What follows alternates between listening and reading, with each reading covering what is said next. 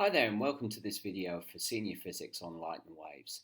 In this video we're going to look at the concept of refraction and relate it to refractive index.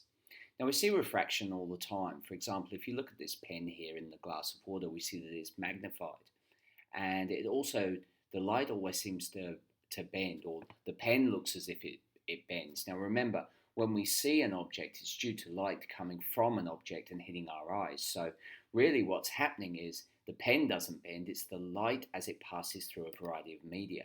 We see the same sort of thing with respect to a mirage due to the change in density of the air. Very close to the asphalt, to the road, the air is a lot hotter, which means that the particles are further apart, which means it's less dense, which means that light will change its speed as it moves from one media to the next, or from one area of density to another. And this change in the density distorts the direction that the light travels, and our brain tries to interpret that. Sometimes it can be quite detrimental, and it really does play some weird things. For example, seeing an oasis in the middle of a desert when it's not really there. Obviously, that is down to the brain looking at that shimmering that you often see on the road or on some sand, and basically thinking, oh, it's water. So a mirage is basically your brain interpreting this refraction that happens in light. We also see refraction in light as a natural phenomenon with respect to rainbows. This is due to the white light from the sun being split up, and the density of the raindrops changing the angle at which the various constituents of white light, the Roy G. Biv, the red, orange, yellow, green, blue, indigo, and violet, all changing at different speeds, and as a result, it separates them out, and we see it as an image which we call our rainbow. Sometimes we get a double image where we get a double refraction which is occurring, and you can see that in this picture here. We also use this angle or this idea of refraction and refractive index in our communication networks with respect to fiber optic cabling. We probably see it with respect to something nice, with like a Christmas tree, or if we've got fiber optic cable lights, that's pretty good. But its major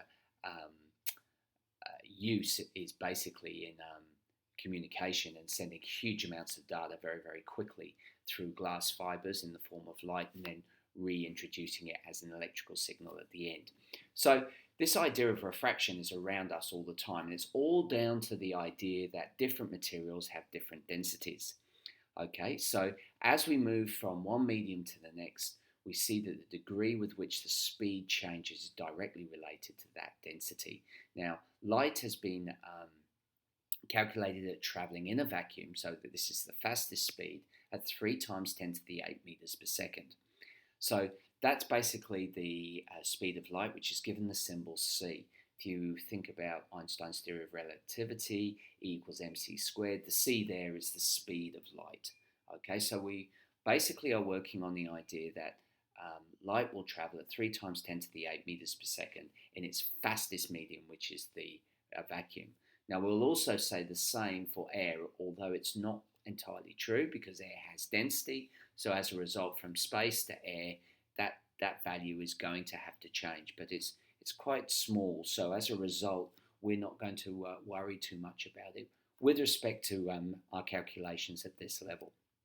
Now, if we shine a beam of light at a glass block going from air, so the air passes through, the light trap passes through the air and then goes into a glass block. We would, according to the statement we've got there, we would expect to see a change in its speed. Now, because it's going perpendicular straight at the beam, we don't actually see that nothing happens. Nothing happens to the beam of light. However, it has been refracted, because as it moves through that object, the density changes. If the density changes, the result is the speed changes. But because it's not at an angle, the result is we don't see that change in speed. But as soon as you put an object at an angle, the result is we will see it begin to bend. So we get this bending occurring due to this change in density.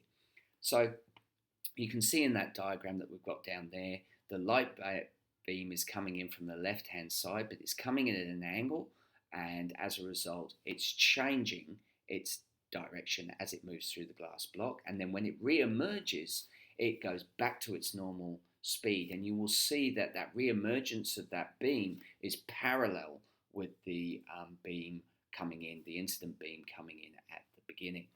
Okay, so how do we draw this in our diagrams? So let's have a look at how we can set it up. So here's our glass block, and here's our incident ray. It passes through and it diverts. Then it comes out and we notice that it's parallel. Here's my ray box. I'm going to label up my various areas. Notice I've got my normals put in place, which are perpendicular to the boundary surface between the air and the glass.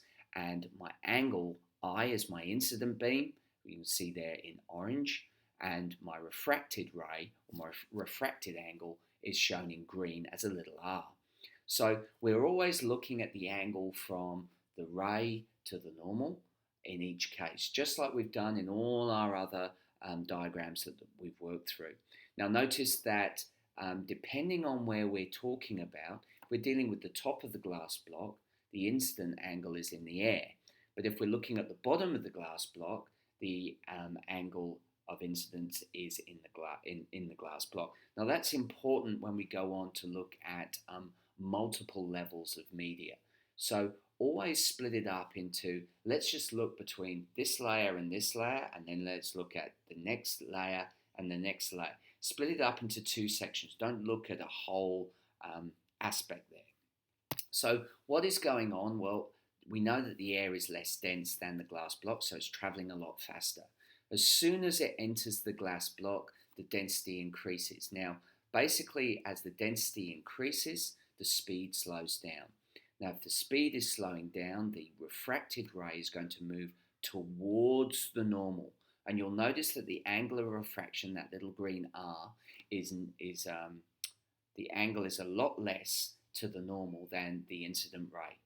But when we go from the glass block into a less dense medium, you notice that the angle then opens up again, it gets wider. So that's a good point worth noting, that as we go from less dense to more dense, the angle of refraction is going to get smaller.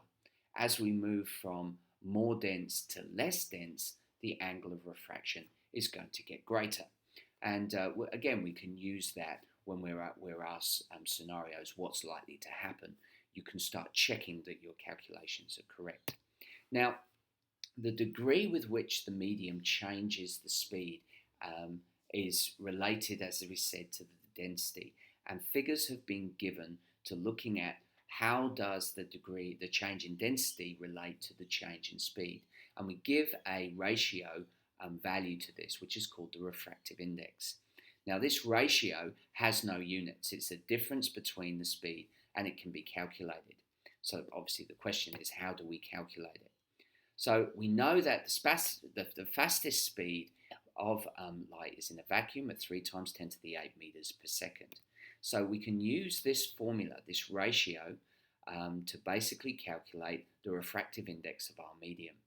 So the formula is n, which is the refractive index of that medium, equals the speed of light in the air, VA, divided by the speed of light in the medium, Vm. Now, in a calculation, you may be given a variety of different speeds, or you might be given a speed for that specific medium.